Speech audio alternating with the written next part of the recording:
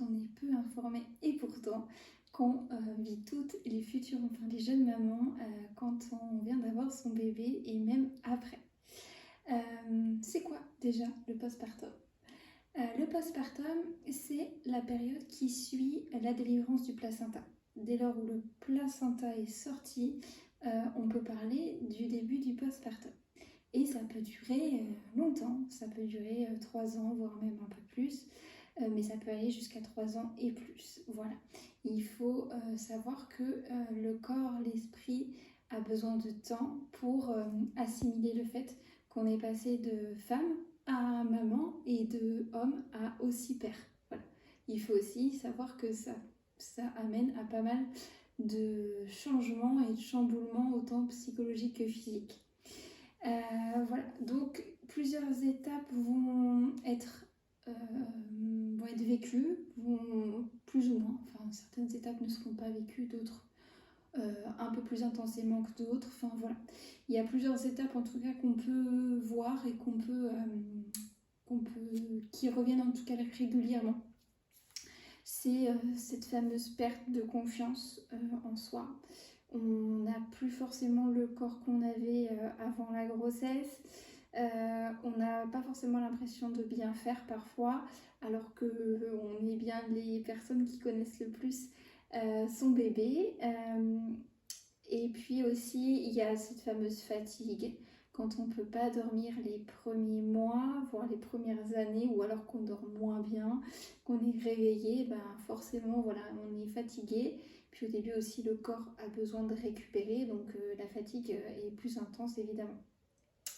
La perte de libido aussi, donc ça peut amener forcément à des petits soucis aussi dans le couple et des remises en question, voilà, enfin il y a tout plein de changements, ça peut être autant la femme que l'homme, ça c'est aussi important de le savoir. Ça touche pas forcément plus la femme que l'homme, ça peut toucher l'un ou l'autre, ou même les deux. Les remises en question, alors ça quand on devient parent, les remises en question c'est le quotidien, ouais, c'est le quotidien de nos vies. C'est se dire que est-ce qu'on fait bien ça? Ah bah oui mais là il a ça, est-ce qu'il faut que je fasse ça?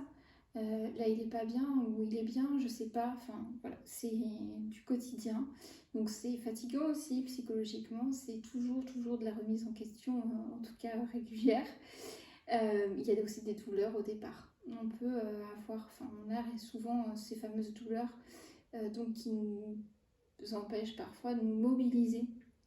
Donc c'est évident que dans ce cas-là, c'est aussi embêtant de se dire je peux rien faire et en même temps je ne peux rien faire. Donc c'est faire le minimum, juste m'occuper de mon bébé et ça me va très bien.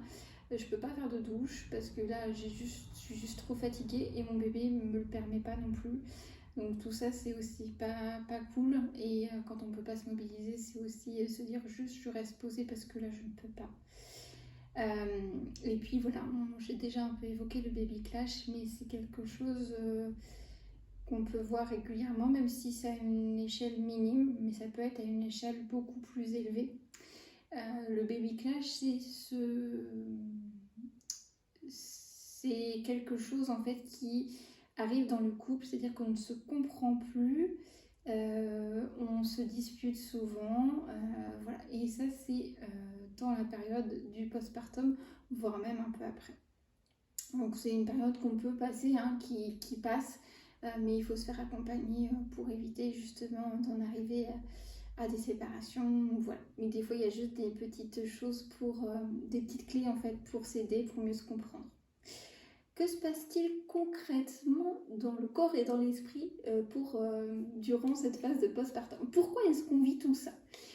Hormonalement, pendant la grossesse, on a eu un tas d'hormones en fait qui se sont plus ou moins développées, qui ont fait en sorte que notre esprit et notre corps soient capables d'être mère, par exemple pour la femme. Donc ça amène à tout plein d'hormones qui se mettent en place. Durant le postpartum, gentiment, les hormones vont revenir à la normale, mais ça demande du temps. Donc forcément, c'est une vague émotionnelle et psychique, enfin tout ce qui va faire que on va se sentir complètement débordé. Mais c'est vraiment le cas de le dire, émotionnellement débordé. Parce que les hormones, elles vont gentiment venir se ranger et revenir à la normale. Donc ça amène vraiment un chamboulement hormonal. Donc c'est normal que des fois on pleure, on ne sait pas trop pourquoi. On est content, on pleure, on est triste, on pleure. En fait, c'est très très lié aux hormones. Voilà, ça il faut aussi le savoir. Il y a aussi le changement physique. Physiquement, on n'a plus le corps qu'on avait avant. Donc évidemment, ça amène à une remise à niveau un peu des consciences de ce que notre corps peut nous renvoyer. Donc ça aussi, c'est pas toujours simple. Et puis des nuits pas forcément complètes, surtout au départ. Donc on dort beaucoup moins.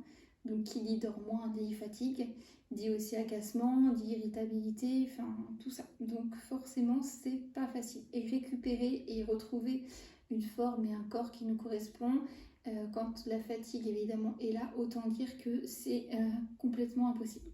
Donc il faut se laisser le temps de tout ça.